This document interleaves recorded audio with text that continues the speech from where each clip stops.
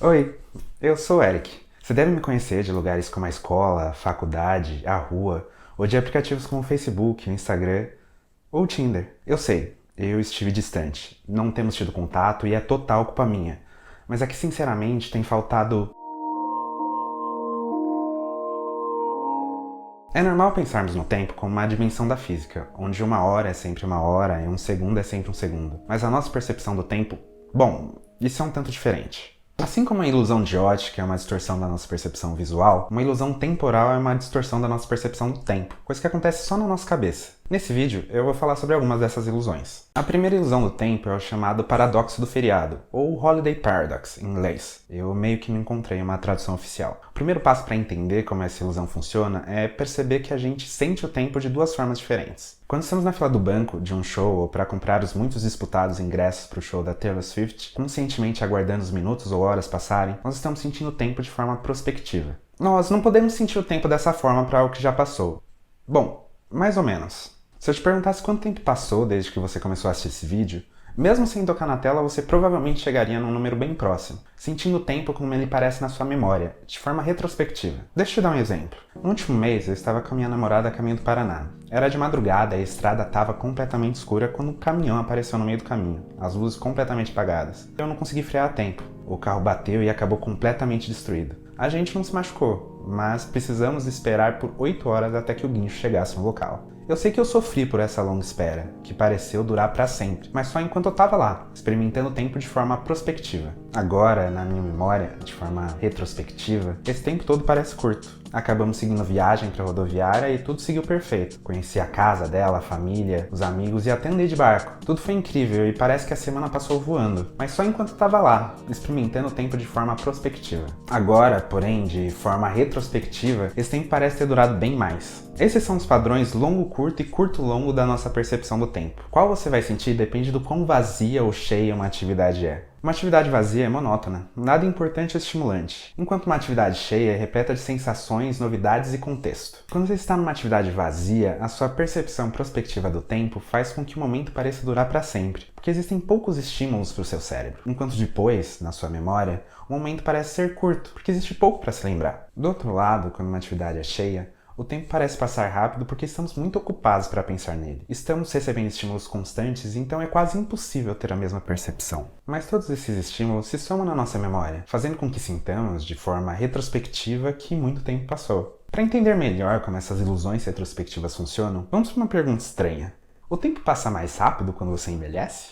Muitas pessoas diriam que, olhando para a infância e para a adolescência, parece que esse período durou uma eternidade, enquanto os anos seguintes passaram mais rápido e continuaram acelerando. Uma explicação popular para esse fenômeno é a chamada teoria da proporção. Ela sugere que o tempo parece acelerar conforme envelhecemos porque cada nova unidade de tempo que vivemos é proporcionalmente menor com relação a todo o tempo que veio antes. O tempo que eu vivi entre 9 e 10 anos correspondeu a 10% da minha vida inteira até aquele momento, enquanto esse último ano, até fazer 30, significou apenas 3% a mais. Uma razão para isso acontecer vem da limitação do nosso cérebro em guardar informações, o que faz com que ele foque no que é novo ou diferente. Quando somos jovens, é comum que nossas vidas sejam cheias de novas experiências, que diminuem ao longo dos anos, fazendo com que nosso cérebro descarte essas novas memórias que não parecem suficientemente significativas, o que dá a impressão de que o tempo está passando mais rápido.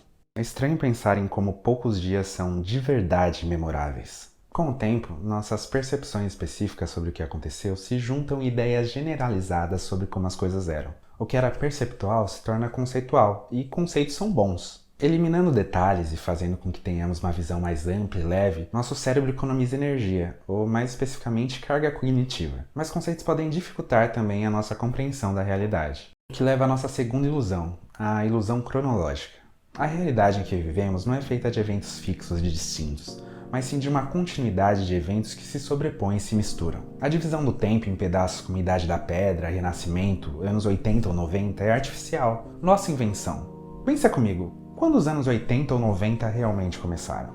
Matematicamente, logo depois de 1979 e 1989, mas conceitualmente, não é como se no dia 1º de janeiro de 1980 as pessoas tivessem ido desse estilo para esse. Os conceitos dizem muito e pouco ao mesmo tempo. Isso se soma à limitação da nossa percepção. Se eu pedisse para você deitar numa sala sem janelas ou relógios e se levantasse apenas depois que 1 minuto tivesse passado, você provavelmente faria um bom trabalho. Mas se eu te pedisse para levantar depois que 10 anos tivessem se passado, bom, seria bem mais difícil. Da mesma forma que não conseguimos lembrar de tudo que acontece, não temos a capacidade de sentir ou até compreender longos períodos de tempo. Em vez de compreender a escala e a estrutura correta da história, nossa cabeça muitas vezes usa a forma como pensamos sobre determinados eventos para colocá-los uns com relação aos outros no tempo. Se nossos conceitos de duas coisas sugerem tempos muito diferentes, é natural pensarmos que muitas coisas aconteceram entre elas. Por outro lado, se nossos conceitos não são tão diferentes, o tempo entre elas deve ser mais curto. Não é uma estratégia ruim, mas pega esse exemplo. Esse é um estegossauro e esse é um tiranossauro. Os dois são dinossauros, a mesma coisa, certo? Bom, meio que não. O tiranossauro foi extinto há 66 milhões de anos, mas quando eles começaram a percorrer a Terra, os estegossauros já estavam extintos há mais de 80 milhões de anos. Para o tiranossauro, o estegossauro é ainda mais antigo do que para nós o tiranossauro é. E outro exemplo, quando lembramos de Anne Frank, pensamos numa garotinha pequena, com foto em preto e branco.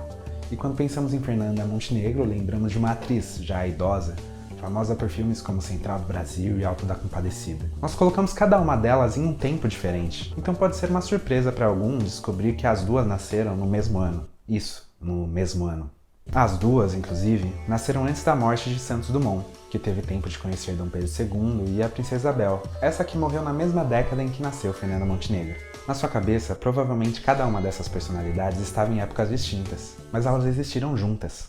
As ilusões cronológicas também são causadas pela forma que colocamos as coisas no tempo, com base em se as interpretamos de forma concreta ou abstrata.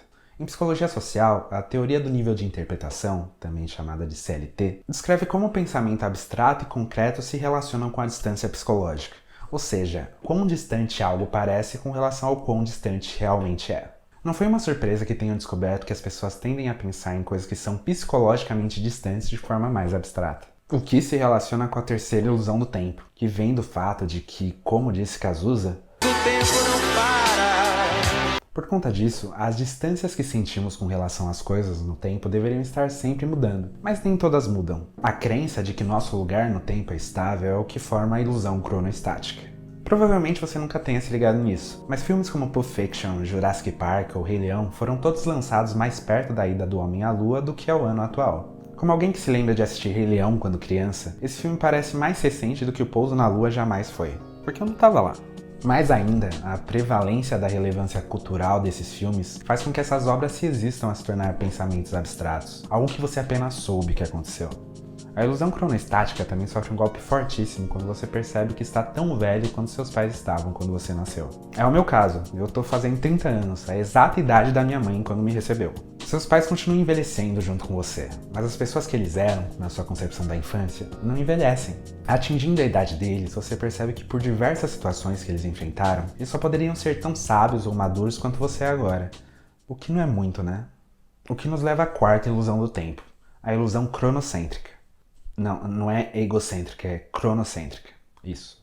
Ela faz com que você acredite que a sua relação com o tempo é a melhor ou mais importante real do que qualquer outra. Quando meus avós me contavam sobre um tempo em que eles não tinham TV em casa, eu achava completamente bizarro. Como assim vocês não tinham desenho pra assistir de segunda a sábado de manhã? Não tinha VHS do Rei Leão pra assistir 47 vezes? Eu sabia que era verdade, mas ainda assim não parecia muito real. Tipo, como as pessoas viviam naquela época? Deveria ser tão chato. Mas daí agora eu me lembro do tempo que eu vivia antes de internet e smartphones. Com certeza inovações incríveis, mas antes era ok. Com certeza algum dia eu vou contar pra uma criança sobre essa época antes de streamings ou redes sociais, que a gente nem queria ou desejava essas coisas. E ela vai achar completamente bizarro. Mas bizarro era meus avós não terem TV. A minha infância era só normal.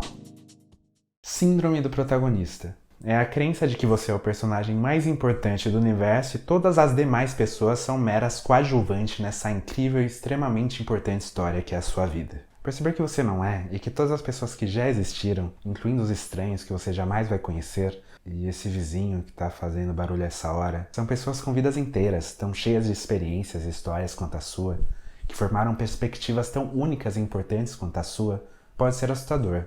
É uma ideia até difícil de assimilar. Muito se relaciona com essa síndrome de protagonista, o que a gente pode chamar de síndrome de ab-ovo. Ab-ovo, que significa do início, do ovo, e na literatura descreve uma história que começa do início, como o oposto a que começa no meio. in media res. A síndrome de Abiovo representa a crença de que o filme do universo começou quando você nasceu, que os eventos da sua vida são um enredo e contêm o clímax desse espetáculo, que tudo que veio antes era só o prólogo e tudo que virá depois simples sequências. Pode ser um choque perceber que você não nasceu Abiovo, mas sim em media res, que você vai morrer antes dos créditos e que todas as pessoas que já viveram se sentiram tão protagonistas quanto você. Nossa percepção do passado está em constante evolução, assim como a tecnologia, e isso faz toda a diferença. Como disse L.P. Hartley, o passado é um país estrangeiro.